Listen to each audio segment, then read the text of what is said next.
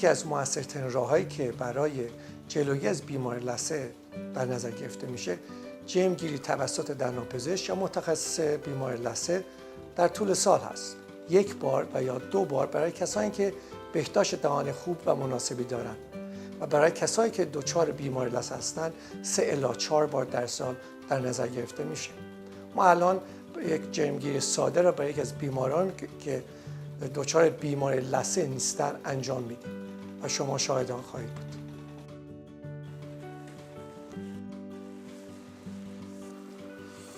جرمگیری شروع میکنیم.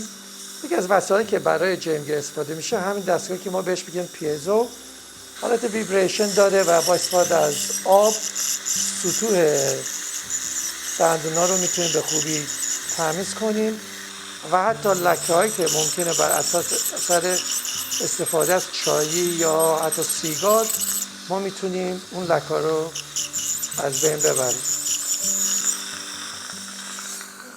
بعضی از بیماران از سوالی که از من میپرسن اینه که آیا جرمگیری دهان برای دندان ها مضر هست یا نه؟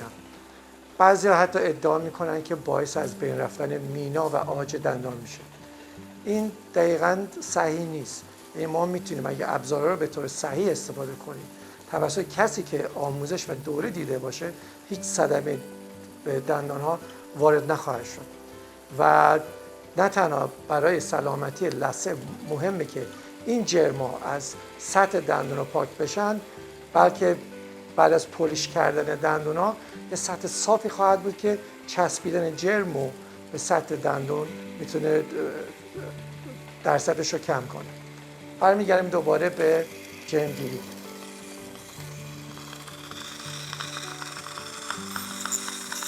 به جز این وسیله که من استفاده کردم، ما قلم‌های مختلفی داریم در شکل‌های مختلف که به ما اجازه میدن در زوایای مختلف دندون جرمایی که می‌بینیم بتونیم به راحتی پاک کنیم. این نوع وسایل مخصوص جرمگیری زیر سطح لثه یا بالای سطح لثه طراحی شدن و ما استفاده می‌کنیم.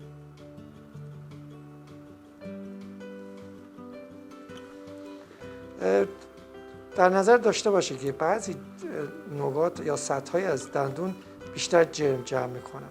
برای مثال دندون‌های جلویی پایین پشتشون جایی هست که بزاق اینجا وارد دهان میشه و اینجا یکی از بهترین جاها برای جمع شدن جرم هست که با توجه بیشتری برای جرمگیری استفاده بشه. به مکان دیگه هم که جرم بیشتر جمع میشه به این ناحیه است که دندونای آسیاب بالا که میتونه جایی باشه که جرمای بیشتری جمع میشن و لازم هست که توجه بیشتری به نکات داشته باشیم. اگه توجه کنید برای کاری که انجام میدیم فقط سطوح دندونا رو تمیز میکنیم و اگر جرمی هست اونا رو از دندون جدا میکنیم. کسایی که بیماری لثه دارن ما مجبوریم که دندونا رو بی‌حس کنیم و زیر لثه وارد بشیم که بتونیم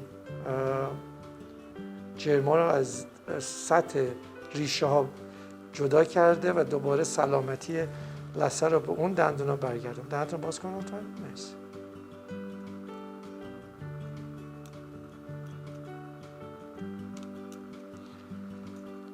بعد از اتمام جرمگیری ما آماده‌ایم که دندون‌ها رو پولیش کنیم. بعد از جرمگیری خب سطوح دندون‌ها ناصاف هستن و با پولیش کردن ما میتونیم این سطوح رو دوباره صافش کنیم که تا جرم به راحتی رو سطوح دندون‌ها نشینه.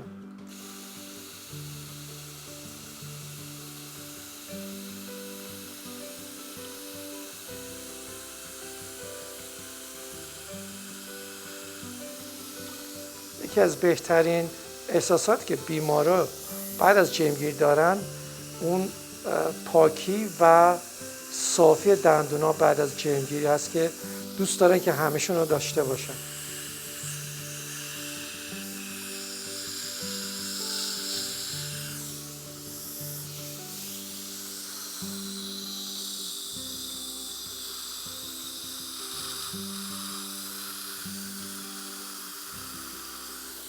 شما هم در حین مسواک زدن سعی کنید که دندون به دندون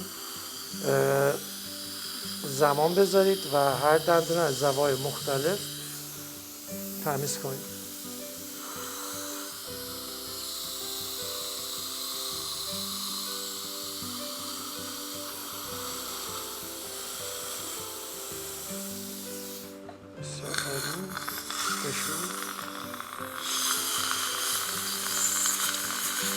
ما دندون رو میشوریم تا خمیری که برای پولیش استفاده کردیم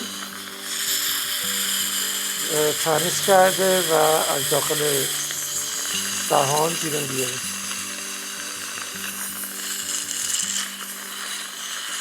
مرحله آخر جرمگیری ما استفاده از نخ دندان برای تمیز کردن فضای مابین دندون هاست.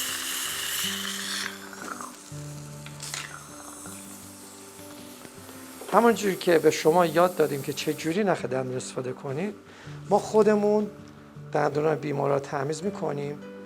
علاوه بر این که مطمئن بشیم که این فضاها کاملا تمیز شدن، بلکه اگه مشکلاتی مثل پوسیدگی یا ناحیه‌ای که احساس میکنیم گیر غذایی دارن رو شناسایی کنیم و در مراحل درمان بیمار که شاید کارهای ترمیم نیاز داشته باشن بتون اونا رو اعمال کنیم.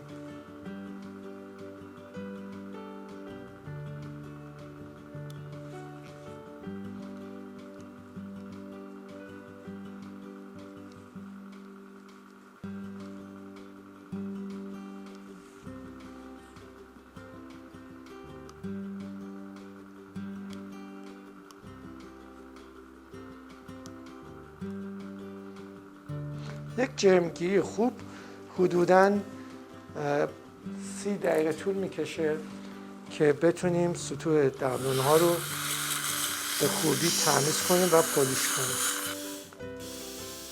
بسیار عالی. این اتمام معالجه جرمگیری روی لثه بود. یک تجربه خوشایند برای بیمار و احساس خیلی خوب و سالم در مورد دندون‌ها شد. امیدوارم شما هم به دنبال این تجربه باشید.